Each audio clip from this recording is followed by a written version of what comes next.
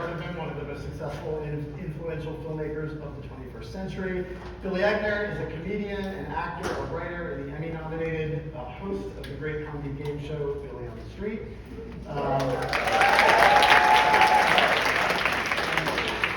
Has done some Billy on the Street related promotion for the film. Rose, which we're going to be talking about, check that out, they're hilarious.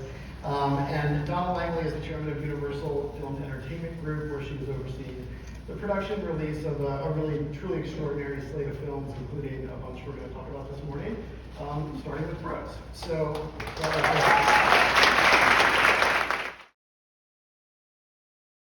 I woke up laughing about you so really calling me out on my shit. Well, you deserved it, bitch.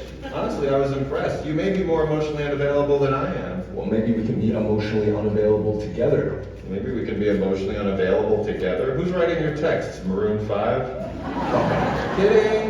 We can go out. Are you asking me out? I'm down for whatever. Yeah, same. Cool. Sounds good. So, tomorrow? Or we can do whenever? Yeah, I can do whenever and I can do whatever. I don't care what we do. Yeah, me neither. We can do whatever and we can do it whenever. Does that work for you? Yeah, that definitely works. Great. Whatever, whenever. Cool. Whatever, whenever. Gift with Michael Scott dancing. That's good. Oh, that's good. This person isn't gay. Heart. Unheart. Thumbs up. Peace. Peace. Later. Can you heart my later, bitch? Bye.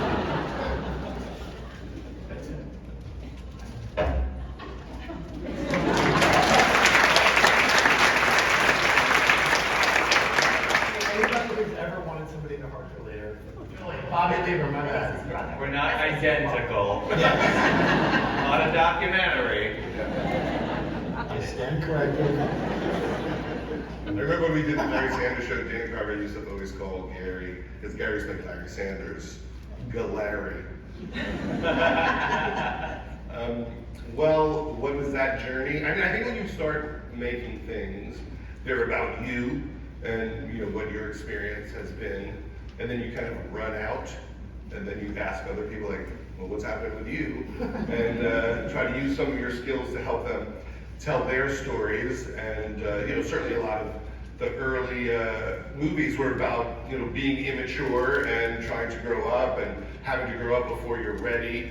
And it's funny because I was talking to Norman Lear. Norman Lear just turned 100, and he was talking about just neuroses he has about when he was a kid. And his dad, problems he had with his dad, and that he's still struggling with at 100.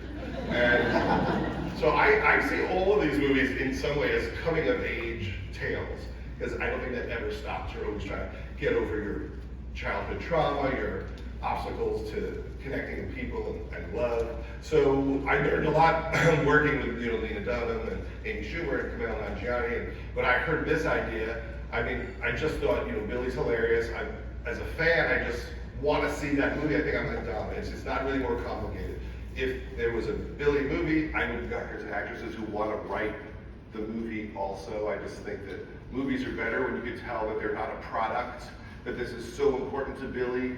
He wants to tell the story, and you can feel that care in the movie. And for me, I just think life is really hard, and we're all stumbling through.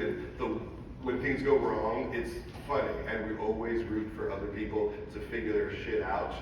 And so that's what I try to encourage people to do. Stories of, what would it take for me to learn a lesson that would make me healthier or happier? Business conference as well as an entertainment festival. So just staying on theaters for a second, Top Gun and Minions were huge films that came out of the summer, and tons of people saw them. Minions had that sort of organically the gentleman phenomenon that helped as well. Then it fell off a little bit.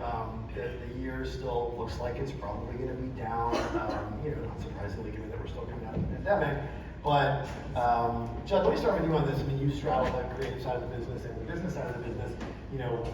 It could be that we're heading back, God willing, to a world where everybody's just as happy and to go to theaters and goes as often as they did before. But because of all the innovation that's happened during the pandemic with release windows and movies that are in theaters for short amounts of time before going to streaming, maybe that isn't the case. Anyway, what are your predictions? And let's start with you, Judd. What do you see happening this fall and in 2023 kind of industry-wide as far as like people, the habits that have been changed during the pandemic and how that might evolve into the near future?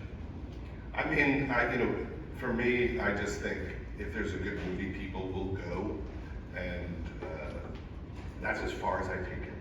I think that most movies are not good. I think it's very hard to make a good movie. It's like a real magic and chemistry has to happen, and you can't force it, and it's rare, and that's part of why there haven't been a ton of great romantic comedies. They're really hard to do. Billy and Dick worked on it for half a decade to get it right. They really cared about it, and in my mind, when I think about what to do and what I want to see, I just think, yeah, when there's a new Wes Anderson movie or Quentin Tarantino movie, or there's just so many things that come out, and you're like, oh, that was big because it was good.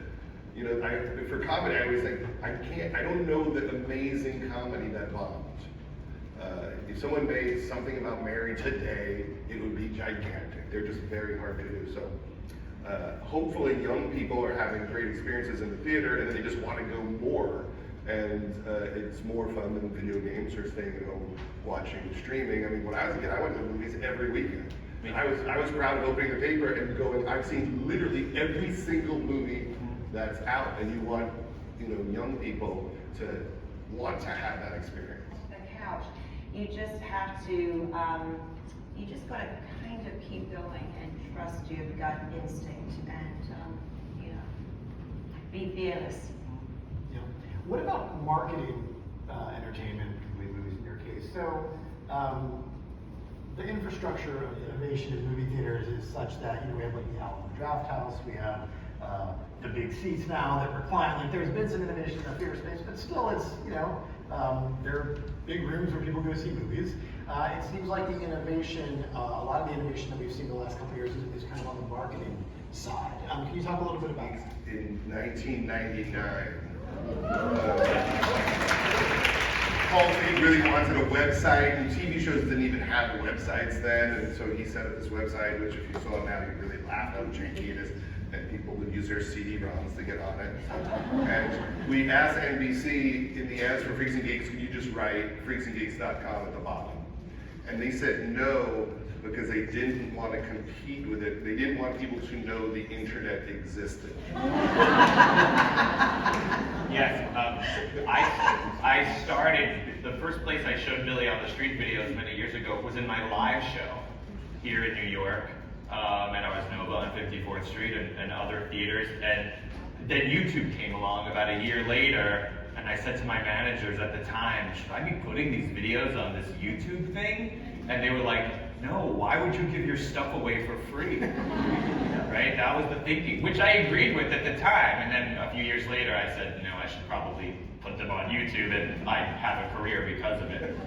But it's interesting to think about that.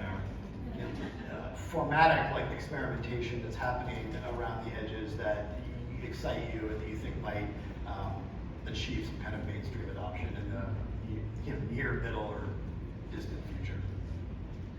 I think, you just said it. And I don't think it's about going and watching a movie inside the metaverse. I don't think that's an interesting use of anybody's time. Putting goggles on and sitting for 2 hours and doing that. You may as well go to the movie theater and have Dolby Sound and all the rest of it, or IMAX. But I do think engaging with characters and engaging with storytelling inside of these spaces is really interesting, and we are looking at some things.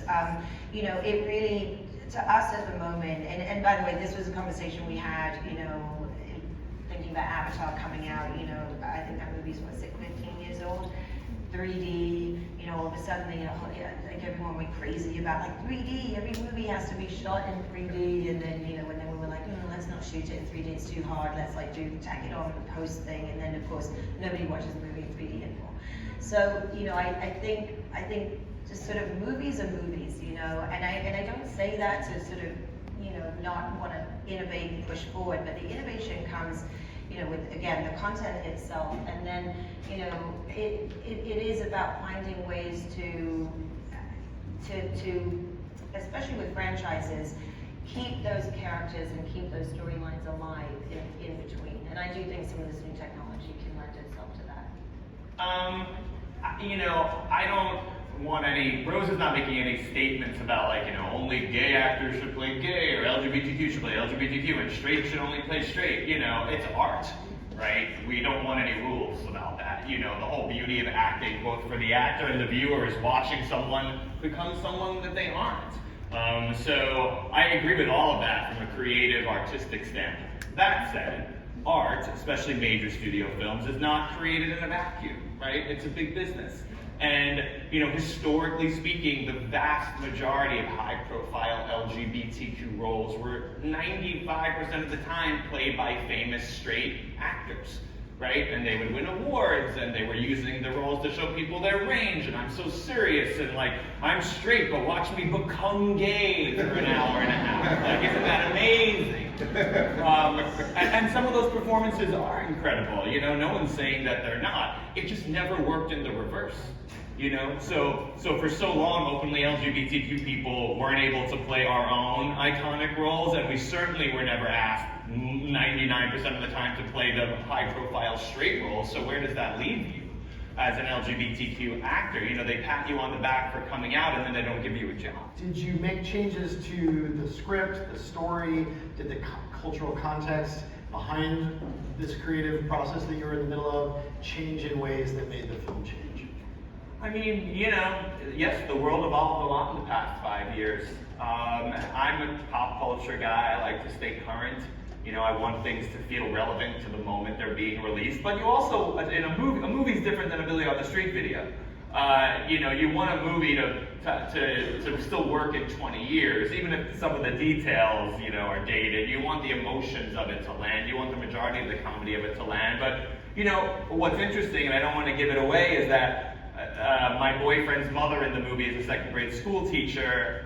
We get into a little argument about whether or not she's teaching her kids LGBTQ history in school. I wrote that scene in 2019, right? And I actually thought, God, I hope this isn't dated. You know, I hope that, you know, it feels like we're making so much progress so quickly. You know, I hope that arguments like this, maybe it won't be relevant in 2020 when the movie comes out. And then even when we shot the movie, I thought, you know, this is funny, I think it'll play comedically, but is this really an issue anymore?